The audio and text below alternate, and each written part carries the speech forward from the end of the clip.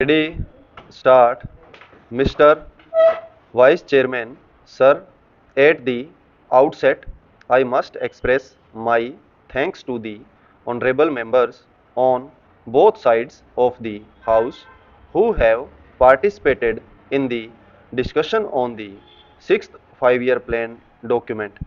Honorable members will very kindly appreciate that within the short time at my disposal, I will not be possible for me to clarify all the points which they have raised during the course of the discussion. I am going to confine my remarks to certain important aspects of the discussion, though I have taken note of almost all the points which honorable members made during the course of the discussion. At the outset, I must also say that one of the honorable members was pleased to ask what is the purpose of having this kind of a discussion 1.5 years or almost 2 years after the plan has started. I do not know whether honorable member do recollect that my predecessor Mr. Tiwari had circulated a note to all the members of this house, particularly about the sixth plan framework, and he expected that the honorable members will be able to send their remarks to the minister and also to the planning commission, so that before the draft document of the sixth plan is prepared and finalized, their views could be taken into account. How many members sent this kind of information is a matter which I will have to inquire into, but that exercise was gone into and now the plan was finalized in February 1981, and thereafter we have taken the earliest possible opportunity to see that the plan is discussed in both the houses.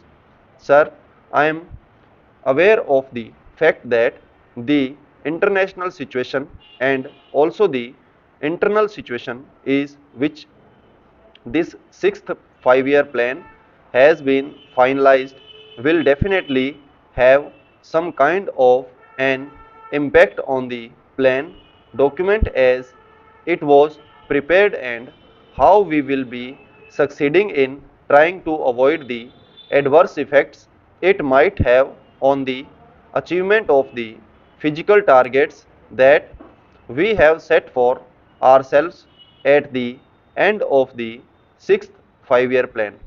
Sir, there are 3 points which were mentioned by all the honorable members. The first was that the plan was prepared with 1979-80 as the base year, and thereafter there has been a price rise of a considerable order. Sir, the first thing which I would like to clarify is about the inflationary trend which has set in.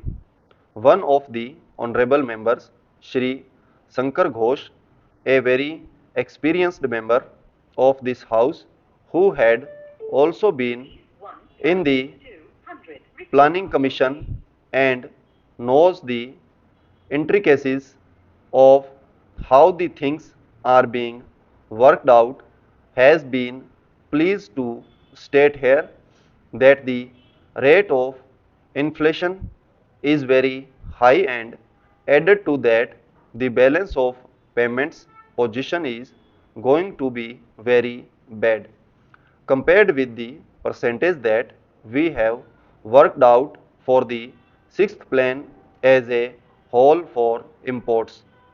For the first year, the import bill has risen very high. Then how is this assumption going to be correct? That is the point, and a very valid point, which he raised during the course of the discussion. Sir, he also mentioned about the Honorable Finance Minister making his speech at Kanpur, wherein he seems to have made a reference that a little inflationary trend is a kind of a stimulant to the economy. Sir, the inflationary trends we cannot view in isolation.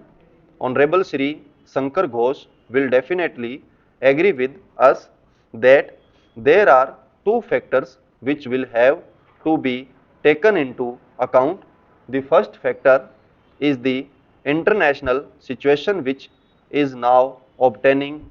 Secondly, whether we like it or not, we have to import the oil products.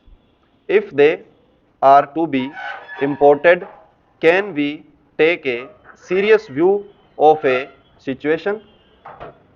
That is a thing which I am sure most of the honorable members there will be able to appreciate. The second aspect is, why is it that we have such a high import bill in 1980-81 when the plan itself commenced, and when we were talking in terms of 9%, immediately in the very first year it jumped. I must sure that most of the honorable members are aware of the fact that it is on account of the kind of legacy that this government got. I would not like to dilate on the issues, but the fact of the matter is that the agricultural production had gone down. Even in the industrial sector, there was a decline of 1.4%. The coal production had considerably gone down in terms of production, and the electricity generation was at the lowest.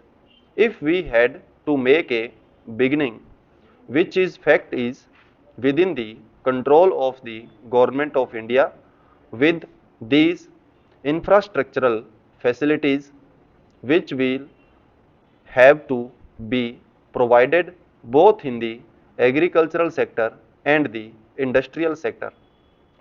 Concerted efforts will have to be made. Stop.